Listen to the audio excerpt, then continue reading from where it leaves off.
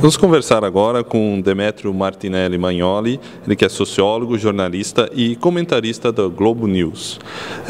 Senhor Magnoli, o senhor citou durante a palestra o início de um novo ciclo global. Que o senhor falasse que fatores marcam esse novo ciclo global?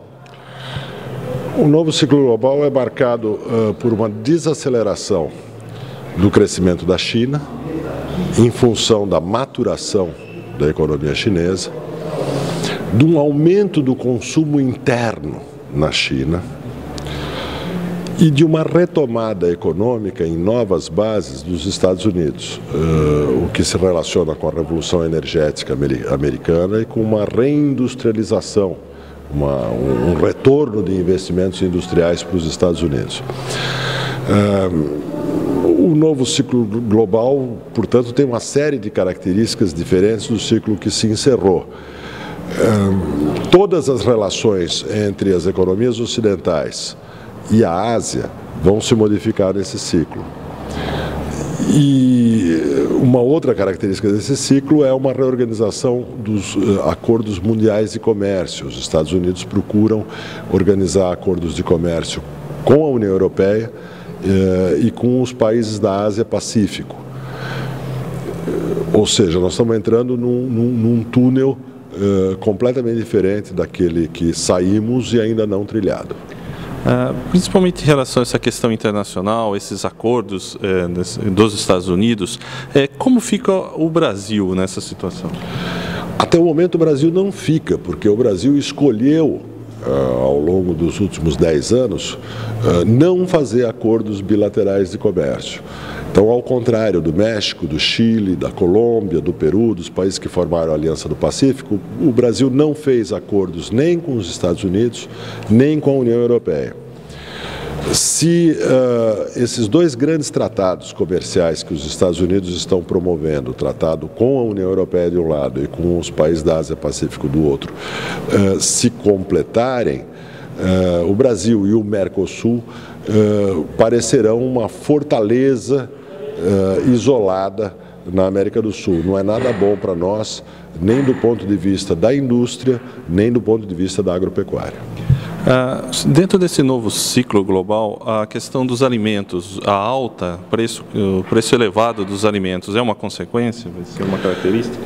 É uma característica que foi instalada pela ascensão das economias asiáticas, pelo aumento do consumo e pelo aumento da renda das grandes sociedades asiáticas, da China, da Índia e de outros países da Ásia. Em função disso, em função do aumento